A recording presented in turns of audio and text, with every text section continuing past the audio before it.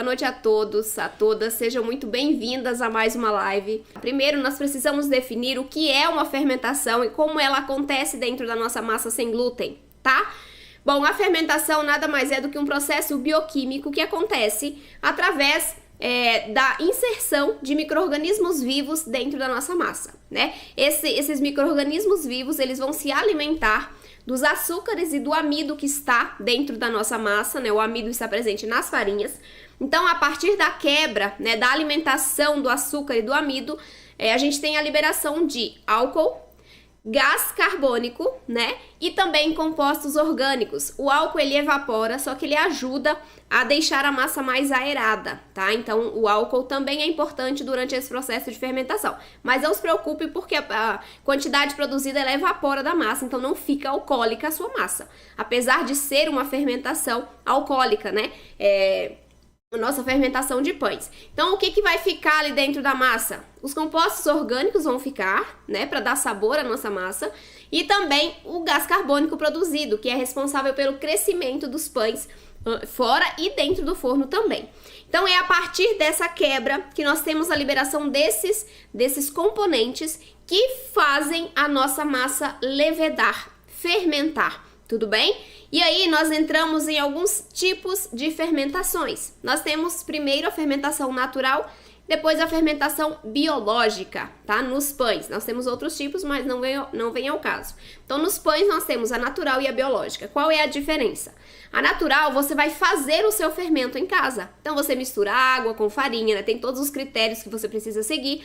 Só que você vai precisar de alguns dias para ter esse fermento no ponto para utilizar nos pães. Então, essa fermentação natural, ela tem vários tipos de micro-organismos, por isso que os pães feitos com a fermentação natural nunca vão ter o mesmo sabor, né? De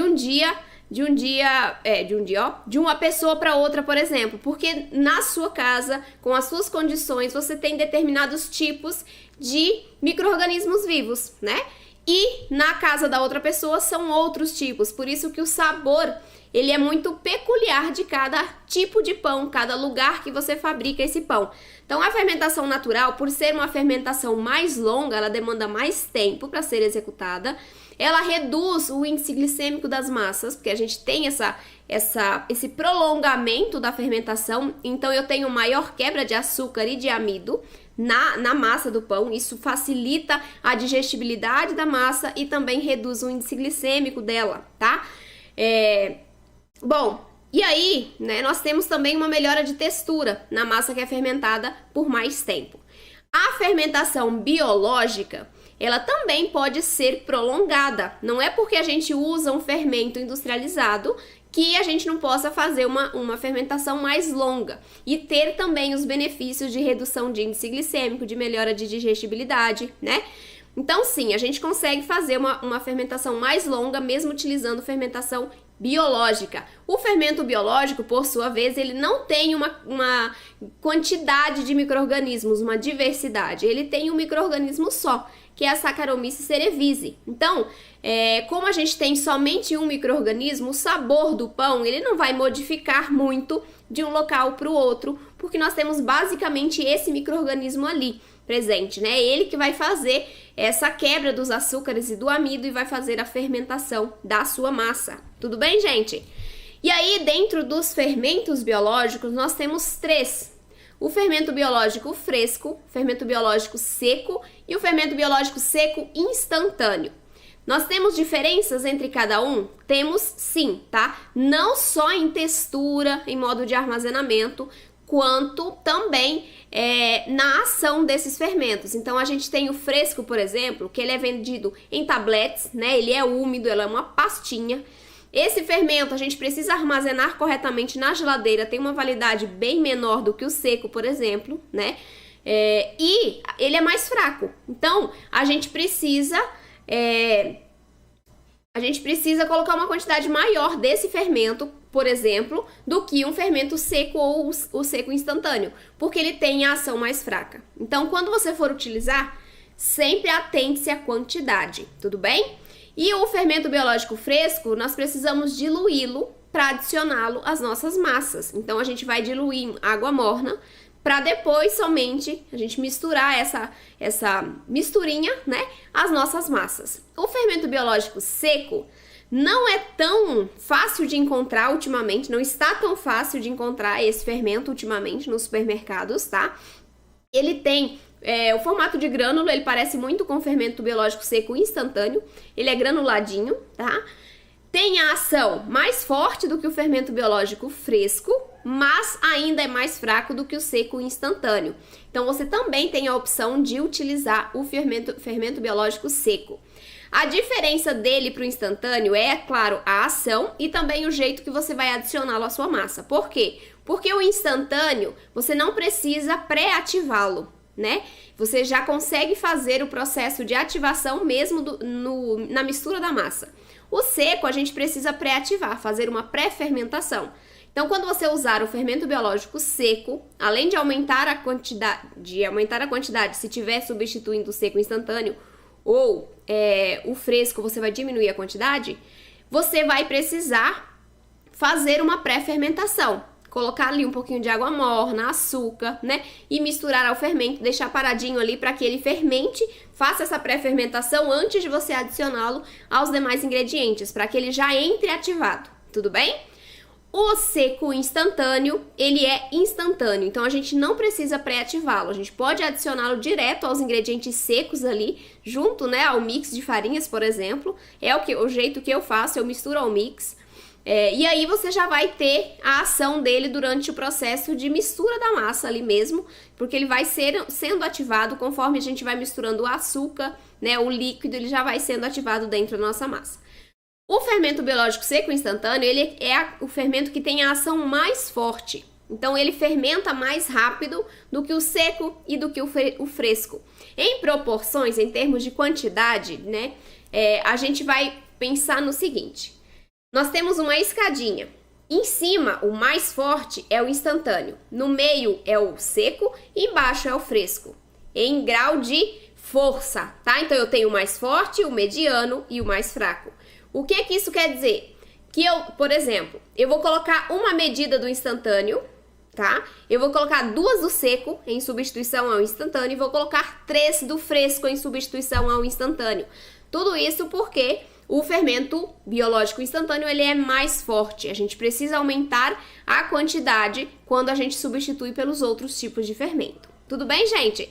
Além disso, esses fermentos secos, tanto o seco quanto o instantâneo, eles têm maior durabilidade, né? Já que eles estão ali secos. Eles passam por um processo de ressecamento e aí você tem uma durabilidade maior nesse tipo de fermento. Só uma dica rápida, como vocês armazenam esses fermentos? O fermento fresco, você precisa armazenar na geladeira, tá? E ele tem uma durabilidade bem pequena. O seco e o instantâneo, eu não recomendo que você armazene na geladeira. Por quê? Lembra que todas as vezes que a gente vai fazer uma receita, nossos ingredientes precisam estar em temperatura ambiente para que não haja alteração no resultado final? Pois bem, quando eu vou colocar o meu fermento, ele precisa estar em temperatura ambiente também. Vamos supor que ele estivesse armazenado na geladeira. Então, eu retiro o meu fermento, coloco na bancada, aguardo ele entrar em temperatura ambiente para adicioná-lo à massa, certo? Aí, o que eu faço? Ele está em temperatura ambiente, eu retorno para a geladeira. Retorno para um lugar que está frio. Essa oscilação de temperatura, frio, temperatura ambiente, frio, temperatura ambiente, vai acabar afetando o desenvolvimento desse fermento. Então, pode ser que o seu fermento não esteja tão eficaz quando você armazena ele na geladeira e aí você fica tirando e colocando e mudando essa temperatura com frequência, tá? Isso é importante de você observar, porque o nosso natural é guardá-lo na geladeira. Pelo menos era o meu natural, até que eu percebi que estava interferindo na eficácia desse fermento nas minhas massas, por isso eu parei de guardar na geladeira e eu guardo num armário, num potinho bem fechado, né, para manter ali as características desse fermento, certo, gente? Bom, então, com esses fermentos biológicos, a gente também consegue fazer uma fermentação mais prolongada. Cerca de 4 a 6 horas de fermentação é possível fazer mesmo com a fermentação biológica. O que você tem que fazer quando fizer a fermentação biológica mais longa? Guardar na geladeira. Por quê? Porque a fermentação natural, ela vai demorar mais para acontecer dentro da sua massa. A fermentação biológica tem a ação mais rápida. E os pães sem glúten, eles fermentam mais rápido. Então, isso é um cuidado também que você precisa ter quando você vai fazer um pão sem glúten. Se você está acostumado a fazer com farinha de trigo, saiba que o nosso pão sem glúten, ele fermenta mais rápido porque não tem glúten para desenvolver ali dentro da massa. Então, fica de olho para você não perder o ponto, tá? Bom, fechando parêntese. Então, quando você faz essa fermentação prolongada, o ideal é que você deixe em temperatura ambiente para dar o início na fermentação, mas que você armazene na geladeira o maior tempo dessa fermentação. Por exemplo, se você deixa em temperatura ambiente por 1 hora, deixe no máximo 2, tá? Porque a gente tem ovos crus dentro da massa, então pode ser que estrague a sua massa. Então, no máximo 2 horas fora da geladeira. Então, vamos supor que você deixou uma hora fora da geladeira, fermentou já, começou a fermentar essa massa, você vai pôr na geladeira bem fechadinho, vai deixar ali mais ou menos por umas 3 horas, 3, 4 horas, vai retirar da geladeira, deixar em temperatura ambiente, baixa a fermentação, né? Deixa entrar em temperatura ambiente, deixa o seu pão crescer um pouquinho e aí você vai levar para assar. Então, você pode fazer assim uma fermentação mais prolongada, mesmo com a fermentação biológica, tá? Nesse caso, é importante também que você não use muito fermento, porque se você coloca ali, por exemplo, 2% de fermento e quer fazer uma fermentação mais longa, a sua massa vai fermentar muito rápido. Então, você tem que diminuir ali um pouquinho, coloque 1% de fermento para você conseguir prolongar um pouquinho mais essa sua fermentação. Ok, gente? Vão colocando as dúvidas ali no chat, por favor. Bom, vamos lá. Temperatura ideal de fermentação. Tem um período, um mínimo e um máximo, tá? Veja se no dia que você está fazendo esse pão, está dentro desse limite. Se não tiver, eu vou te dar já algumas dicas de como você pode melhorar, né, o tempo da sua fermentação e por que isso vai interferir no resultado final. Vamos lá. A temperatura mínima e a máxima para você ter uma boa fermentação são 24 e 27 graus, tá? Então, entre 24 e 27 graus, você vai conseguir uma fermentação muito boa, tá? Esse é o limite ali, o limiar de temperatura que é ideal para a gente fermentar os nossos pães sem glúten, de 24 a 27 graus, certo? E aí, já eu vou tratar com você quando não tá nessa temperatura, ou tá muito quente ou tá muito frio, tá bom? Já, nos cuidados. Agora, eu quero te contar a importância de você fazer a fermentação correta. Muitas pessoas que chegam até mim falam assim: nossa, eu faço meus pães sem glúten, mas eles não crescem. Não crescem, ou eles crescem demais e racham em cima. Então, eu tenho sempre esses limites. Esse mínimo de não crescer e esse máximo de crescer tanto que racha. Então, quando a gente aprende a fazer uma fermentação correta, eu já vou explicar esses erros, tá, gente? Quando a gente aprende a fazer uma fermentação correta, a gente para de errar. A gente começa a acertar o crescimento dos nossos pães, começa a ter resultados macios, fofinhos, volumosos, né? Com a aparência atrativa. Claro, tem alguns que podem rachar, sim, tem alguns que podem rachar, é normal, tá? Se não for uma rachadura prévia ao assamento, não tem problema, porque não vai afetar tanto o resultado final, o miolo desse pão. Também vou falar sobre essa rachadura antes do assamento, porque dá prejuízo na massa, viu? Então, as vantagens são essas. Você vai fazer um pão que fica gostoso, que não fica com gosto de fermento, que cresce bem, que fica macio, que fica fofinho. Por quê? Porque a fermentação, a correta fermentação, está diretamente ligada ao resultado macio, úmido, fofinho. Se eu não tenho uma correta fermentação, eu tenho um pão que fica embatumado, pesado, que não cresce bem, né? Ou que racha de tanta fermentação que tem, né? Acontece uma hiperfermentação na receita e aí você tem rachaduras na massa. Isso também vai prejudicar o resultado final, vai deixar ele mais seco. Então, a gente tem prejuízos tanto na pouca fermentação quanto na máxima fermentação, tá? Então, é importante demais que vocês entendam essa etapa para que vocês consigam fazer os seus pães corretamente em casa, certo, gente? Bom, existem 2 tipos de fermentações. Eu ia até fazer aqui o pão para mostrar para vocês a fermentação, mas como estava sem energia, não consegui fazer, tá? Poderia ter feito à mão, sim, mas depois o que eu ia fazer com a massa, né? Então, eu vou citar depois alguns exemplos aqui de pães que vocês podem ver no YouTube, para vocês terem uma ideia sobre esses tipos de fermentações que eu estou dizendo, tá? Então, eu trabalho com 2 tipos. O primeiro é a fermentação simples, né? A primeira fermentação é a fermentação simples. O que é isso?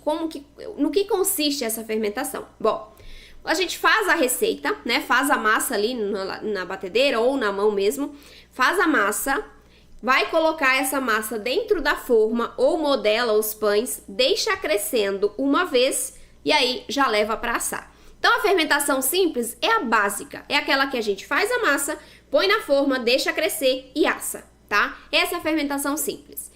E aí tem também a fermentação dupla, que é a que eu gosto muito de fazer, mas não é para todas as receitas, já vou falando. A fermentação dupla consiste no seguinte: você vai fazer a massa, né, na sua batedeira à mão, e em vez de colocar na forma, você vai deixar, ou deixa no bowl da batedeira, ou coloca em um bowl de vidro, que é legal para vocês acompanharem o crescimento dessa massa.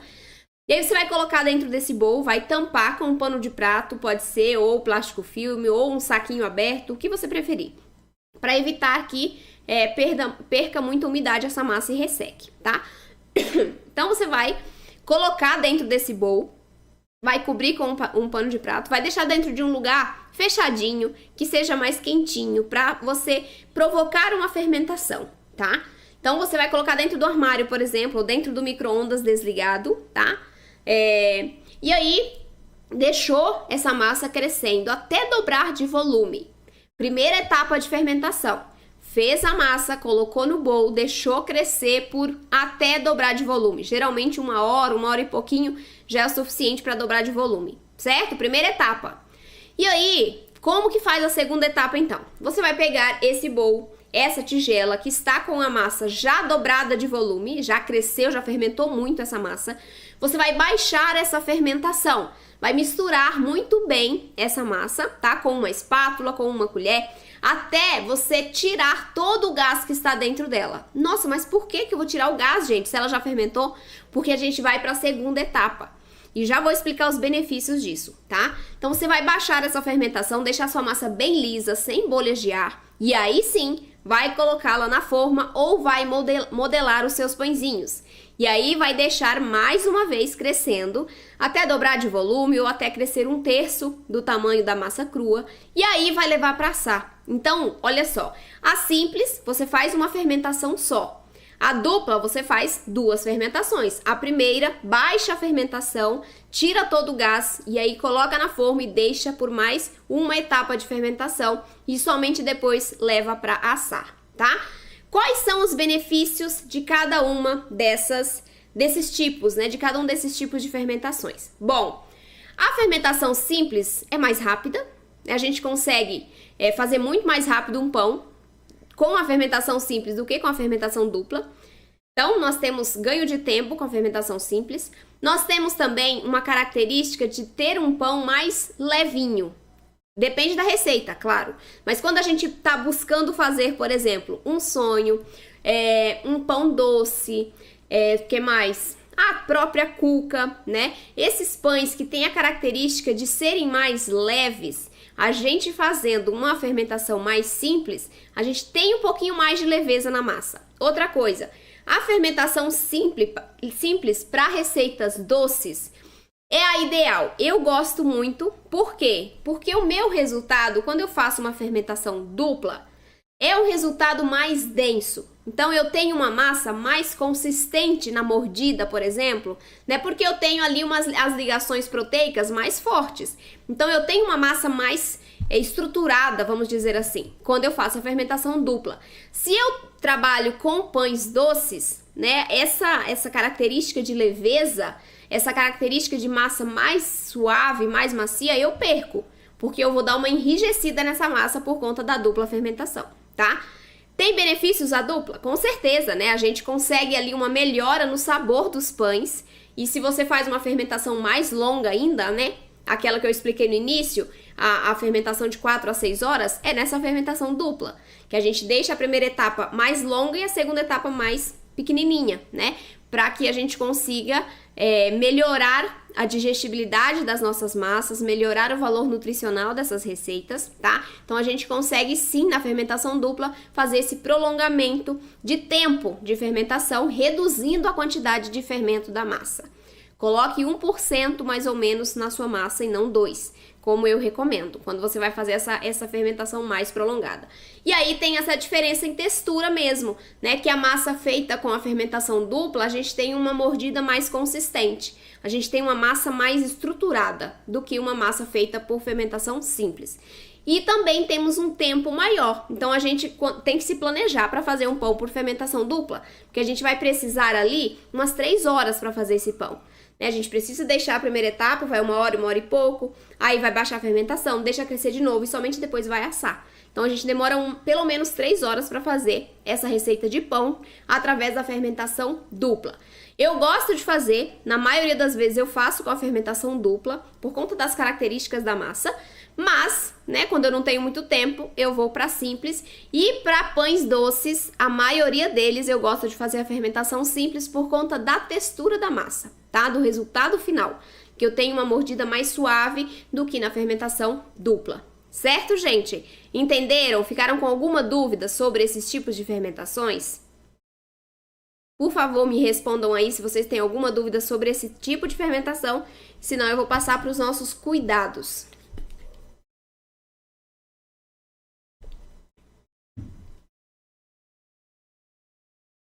Marilene diz que gosta muito da fermentação dupla. Eu também gosto bastante. Bom, então vamos para os cuidados. Existem algumas coisas que vocês precisam observar quando estão trabalhando com fermentação de pães. Primeira coisa que vocês precisam observar: temperatura. A temperatura da sua região vai interferir na correta fermentação dos seus pães. Lembra que eu falei da temperatura ideal ali de fermentação, de 24 a 27 graus? Se você está no Nordeste e no Nordeste está fazendo 32, 34 graus, o seu pão vai fermentar muito mais rápido. Estou certa? Pois é. O que você pode fazer? Você pode colocar o seu pão para fermentar dentro da geladeira, fazer uma fermentação a frio e não uma fermentação em temperatura ambiente, tá? Porque senão ele vai fermentar muito rápido. Então você pode fazer uma fermentação usando a mesma quantidade de fermento e fermentar na geladeira, ou reduzir um pouquinho essa quantidade de fermento para você ter uma fermentação um pouquinho mais demorada da massa, tudo bem? Para que você consiga ali ligações proteicas mais resistentes e o seu resultado final fique com uma textura, uma estrutura melhor, tá bom? Então você pode fazer assim, refrigeração, e aí você consegue baixar um pouco essa hiperfermentação que vai ter no seu pão, na sua massa, por conta do calor excessivo. Então, calor, coloca na geladeira. Pode usar também o líquido da receita gelado, né? Uma opção, por exemplo, para quem precisa modelar os pães.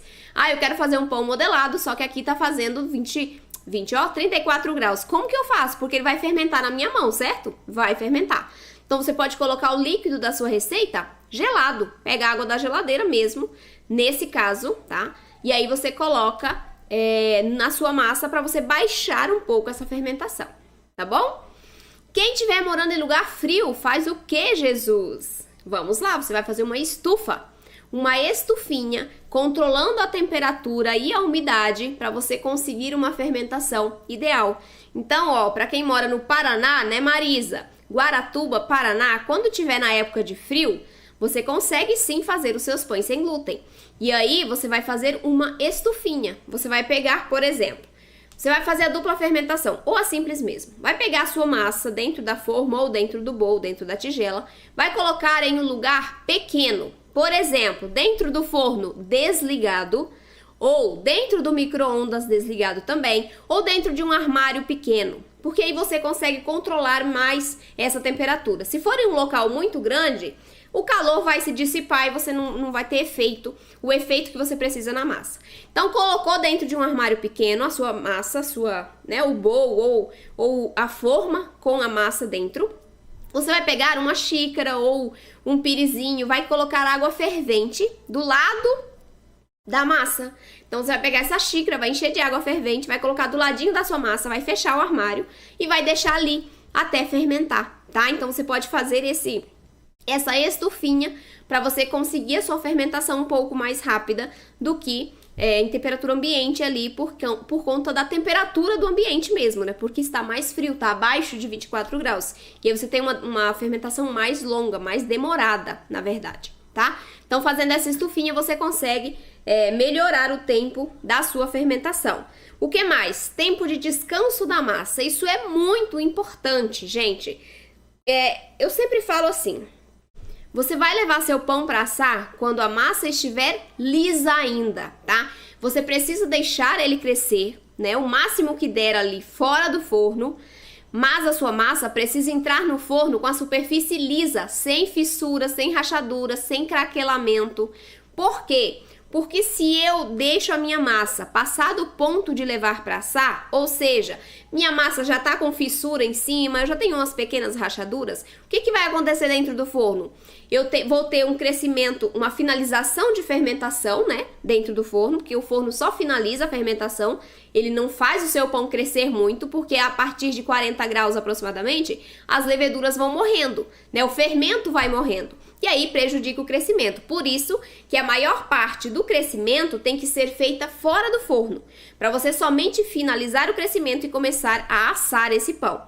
Então, se você já levou o seu pão para assar com rachaduras, dentro do forno, quando eu for colocar, que vai estar quente, essa finalização de crescimento vai provocar o seguinte, um crescimento mais rápido, né, a finalização ali mais rápida, e aí eu racho mais a minha massa.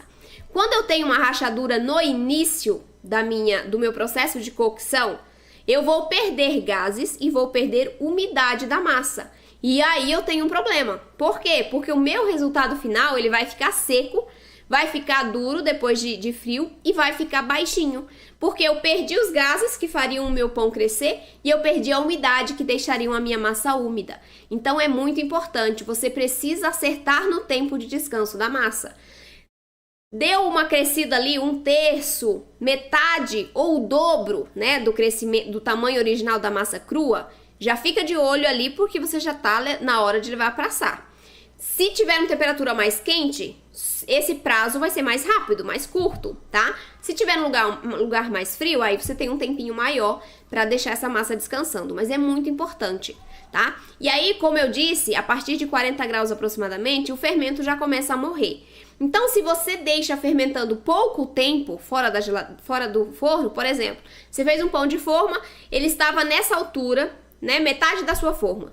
Aí você deixou crescer um dedo só. Quando você deixa crescer um dedo fora do forno, quando você põe no forno, ele vai crescer mais uns 2 dedos e pronto, não vai mais crescer, porque as leveduras vão morrendo. Então, eu tenho prejuízos no correto crescimento da massa se eu coloco muito cedo essa massa para assar. Então é prática, tá? O importante é você não deixar a sua massa rachar em cima, formar fissuras, porque senão o seu resultado final vai ser afetado, tá? Vai ficar mais seco, vai ficar mais baixinho, e aí você tem um pão que fica duro mais rápido também por conta disso, tá? Muito importante o tempo de descanso da massa. E outra coisa que interfere na fermentação é a hidratação dessa massa. Quanto mais hidratação, ou seja, quanto mais líquidos eu tenho disponível dentro dessa massa, mais ela vai fermentar. Então, é muito importante que vocês entendam que se você tiver líquidos insuficientes dentro da massa, a sua fermentação também vai ser prejudicada. Sabe aqueles pães que você faz ou fazia, né, e deixava ele com uma textura mais seca, a massa mais consistente, que não grudava na mão porque você achava que era assim que deveria ser? Essas massas terão prejuízos, né? Tem prejuízos no forno, na fermentação, no crescimento, porque a fermentação depende da umidade também. O fermento precisa de umidade para poder expandir essa massa corretamente. Se eu tenho pouca umidade, eu tenho prejuízo na fermentação correta. Se eu tenho excesso de umidade, eu também posso ter um excesso de fermentação. Então, cuidado, porque a umidade também interfere na fermentação. Porque a gente precisa de umidade para fermentar e essa umidade vai trazer maciez para nossa massa, vai deixar a massa mais fofa, né? Através da evaporação dos líquidos, né? Eu tenho formação de bolhas de vapor que vão crescendo o meu pão também. Então, elas ajudam nessas bolhas de vapor, esse líquido ajuda também no crescimento a partir disso, da evaporação deles. Então é muito importante que esse ponto de hidratação seja correto. Como que você vai alcançar isso? Com a prática, né? Com a prática e também observando ali durante o preparo nos vídeos qual é o ponto daquela massa. Tá bom, gente? Muito importante o ponto de hidratação das suas receitas para que vocês obtenham uma fermentação correta, certo? Tem mais cuidados para vocês aí, peraí.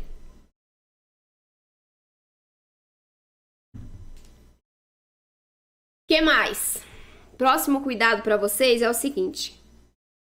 A ordem de adição importa. Isso vocês sabem. Mas importa até para a fermentação. Por quê? Como eu disse, o fermento biológico, ele é feito por micro-organismos vivos. Ele é micro-organismo vivo, né? Ele tem ali a levedura que vai fermentar a sua massa. Como é o micro-organismo vivo, o que pode acontecer com ele? Eu posso matar esse micro-organismo, não posso não? E o que pode matar o meu fermento dentro da minha massa? Sal e água quente. São dois ingredientes que se você adiciona na ordem trocada ali, coloca diretamente em cima do seu fermento, você pode ter prejuízos na fermentação, porque você matou parte do fermento que estava ali disponível na massa. Então, o sal nunca pode ir em cima do fermento. Diretamente em cima do fermento, nunca coloque o sal. Água fervente, também não, porque mata o fermento. Lembra que ele morre a partir de 40 graus? Pois é, se a sua água estiver quente, você já vai matar esse fermento. Porque morna, ela deve estar em 38 no máximo. Quente, ela já vai matar o seu fermento. Então, é muito importante. A ordem de adição dos ingredientes e esse cuidado com a temperatura do líquido é essencial para que você não afete a correta fermentação da sua receita, tá bom? Entenderam? Nada de colocar sal em cima de fermento. O que eu faço com o sal? Eu adiciono somente depois que eu já misturei um pouco de líquido. Então, quando eu tenho ali uma massa mais já um pouco hidratada, aí sim eu coloco o sal, tá? Para eu impedir esse contato direto do sal com o fermento e afetar o correto desenvolvimento dessa massa. Matar o meu fermento. Tá bom, gente? E a última coisa que você precisa ter cuidado é na quantidade de fermento.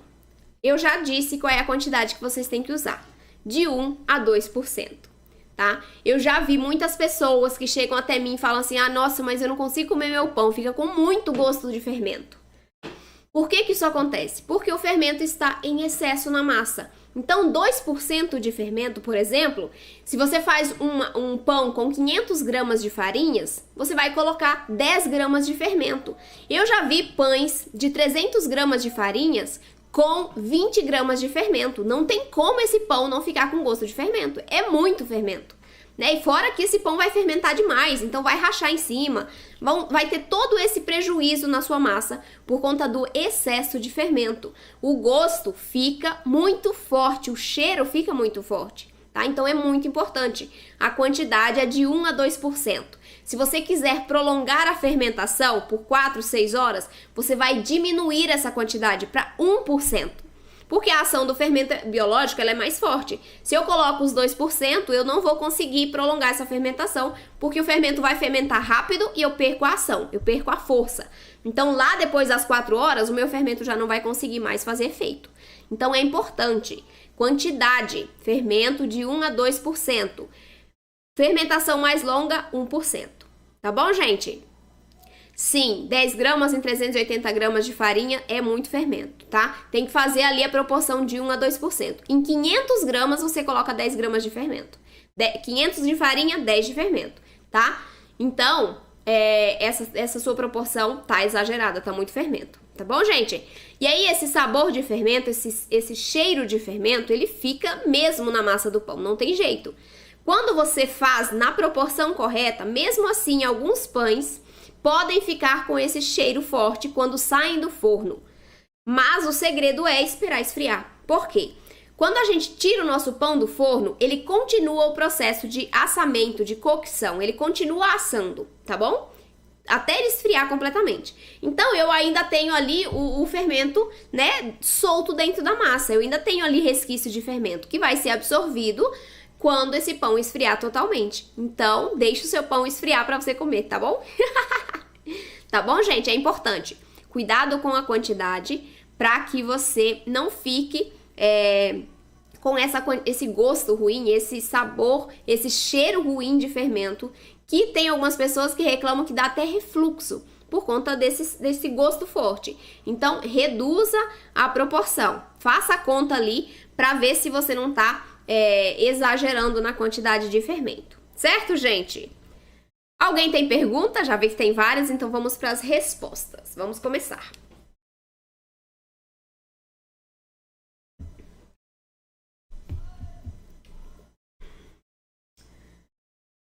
Deixa eu fazer a conta aqui para a Silvia.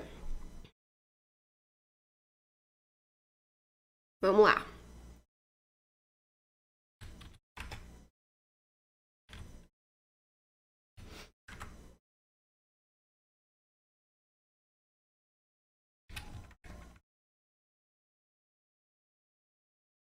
Vamos para as dúvidas. Deixa eu ver aqui, começar pelo YouTube hoje.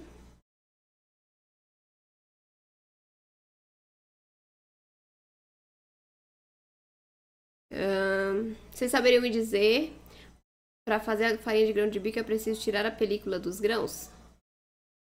Não precisa retirar não, tá? Você vai torrar, né? Dar uma tostada nesse grão antes de bater. Então não precisa retirar a película não, tá bom?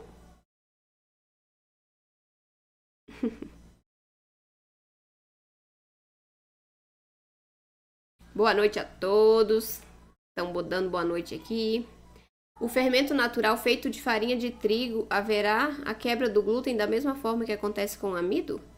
Você disse para você usar nas suas receitas sem glúten, Leila? Não tem quebra de glúten não, tá? O fermento com farinha de trigo tem glúten, não use em suas receitas.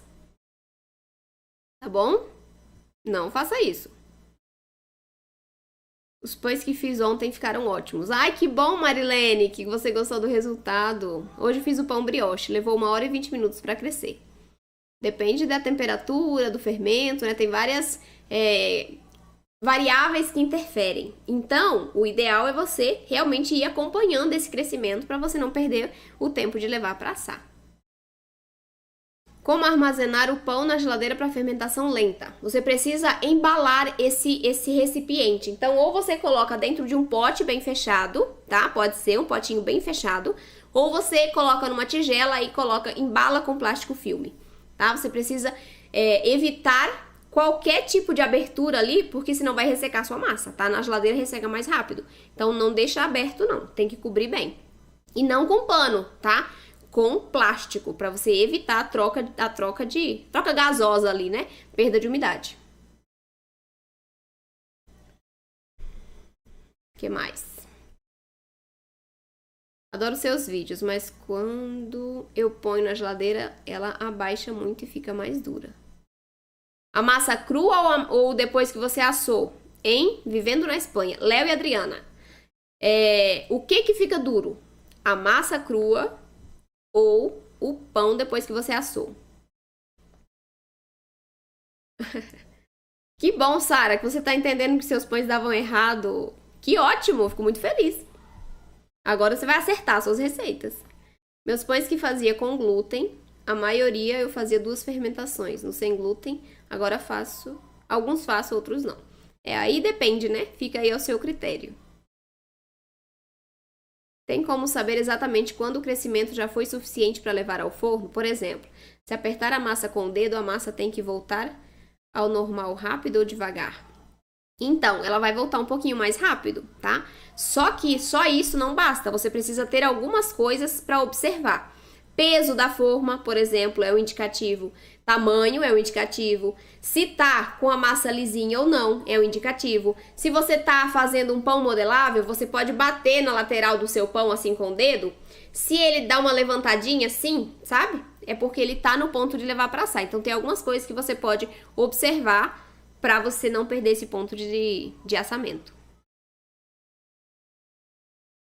Em 500 gramas de farinha, quanto coloco de fermento natural? Vera, eu trabalho com fermentação biológica, tá? Então, a fermentação natural é cerca de 40% em relação à quantidade total de farinhas. Então, você tem que observar ali, fazer a sua continha em casa em 500 gramas de farinhas, tá? Como faço para te enviar a foto dos pães que fiz ontem? Marilene, pode me mandar pelo Instagram, no direct, tá bom? Pode mandar no direct do Instagram. Para o percentual de fermentação natural é 30% do total de farinha, como no de trigo? É, de 30% a 40%, Geraldo. Pode fazer nesse percentual, sim. Que bom que você gostou, Marilene. Hoje fiz o pão francês, ficou lindo. Aí, arrasou, Hilda. Muito bom, parabéns, gente, vocês estão arrasando. Deixa eu ver aqui. O que posso usar no lugar dos ovos, no caso dos bolos? Elizabeth, vamos lá. Para você substituir os ovos, você precisa observar algumas coisas. A primeira delas é o seguinte: busque substituir os ovos em receitas que levem até 3 unidades de ovos ou 150 gramas. Por quê? Porque em bolos maiores, que levam mais ovos, a gente tem mais dificuldade em substituir e dar um bom resultado. Então, busque receitas menores para você fazer essa substituição. Segunda coisa, você tem que saber quais são as funções dos ovos naquela receita específica. Se estão ali para dar maciez, umidade, volume, leveza, então depende muito das funções dos ovos naquela receita. Funções principais, tá? Por exemplo, quando a gente faz um bolo pão de ló, a função principal do ovo ali é incorporar ar, é dar estrutura e promover o crescimento da massa. Então a gente precisa substituir adequadamente para conseguir um resultado similar. Tudo bem? Opções de substituições. Você pode substituir por água de grão de bico, que é a aquafaba, e aí você tem um resultado bem similar à clara em neve, então isso vai dar mais leveza. Você vai incorporar ar nessa massa, isso vai dar uma característica de clara em neve para o seu bolo também, tá? Você pode usar purê de batata doce, pode usar gel de chia, gel de linhaça, gel de psyllium, outros tipos de purês, pode usar biomassa de banana verde. Então a gente tem essas opções para você substituir. O ideal é que você junte 2 tipos de substitutos, então você pode usar, por exemplo, purê de batata doce mais o gel de chia, e eu recomendo sempre que use um ácido na receita para melhorar o crescimento e também a maciez dos seus bolos sem ovos, né? O vinagre, por exemplo, 10 gramas num bolo médio já é o suficiente para dar um bom resultado. Tá bom, gente? O que mais? Não consigo modelar a massa, ela fica mole, só consigo fazer pão de forma. Leila, é porque você tá colocando muito líquido na massa, tá? Pega uma receita equilibrada e reduz um pouquinho a quantidade de líquidos para você conseguir modelar, tá bom? Deixa eu ver aqui no Instagram as perguntas.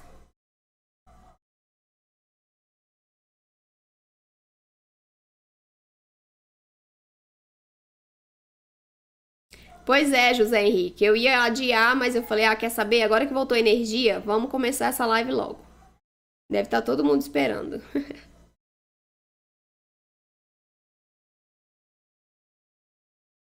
Brisa, são 4:30 da manhã, pelo amor de Deus.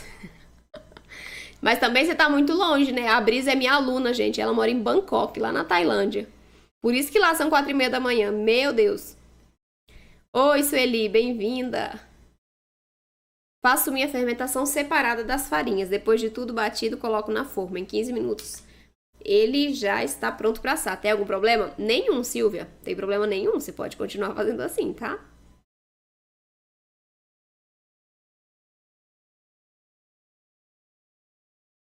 Vamos lá.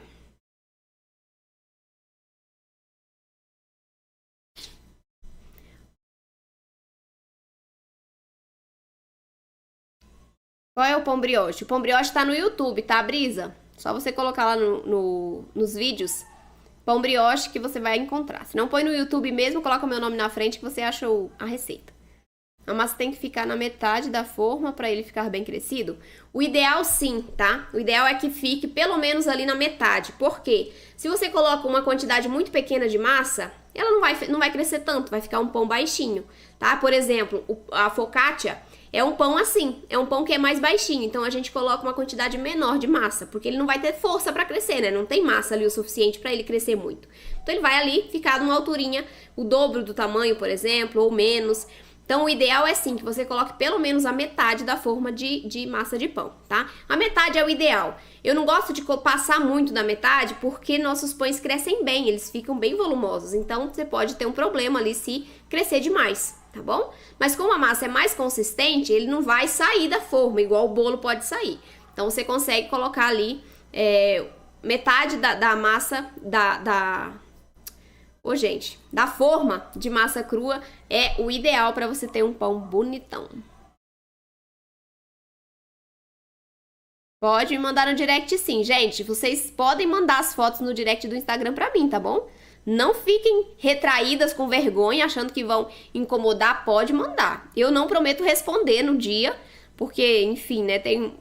Os alunos eu respondo no dia, mas vocês eu respondo também, só que não garanto ser no mesmo dia, tá bom? Mas mandem sim, eu adoro receber as fotos de vocês, o que vocês acham, conhecer a opinião de vocês, isso pra mim é muito importante, porque é só assim que eu sei se eu estou fazendo, né, se eu estou atendendo às expectativas de vocês, se eu estou realmente ensinando e ajudando vocês.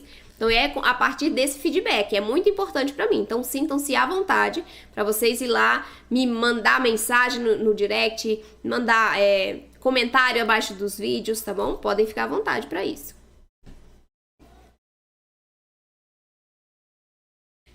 Quando usar purê de inhame, tenho que colocar goma xantana? Depende da receita, Leila. Depende da receita, tá? Eu não posso te falar se vai ou não usar, se vai ser necessário ou não, porque eu não sei qual receita você tá fazendo. Se ela estiver bem equilibrada e vai suprir a ausência da goma xantana, você pode fazer sem.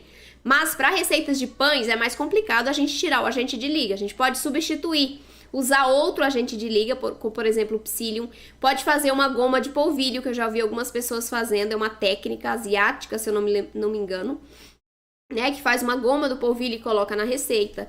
Mas o ideal é não fazer sem um agente de liga, senão seu pão vai esfarelar. Porque é uma massa mais seca do que um bolo, por exemplo, né? Então a gente leva mais farinhas, a gente precisa de mais liga também. Fiquem com Deus. Beijo pra vocês, até amanhã. Tchau, tchau.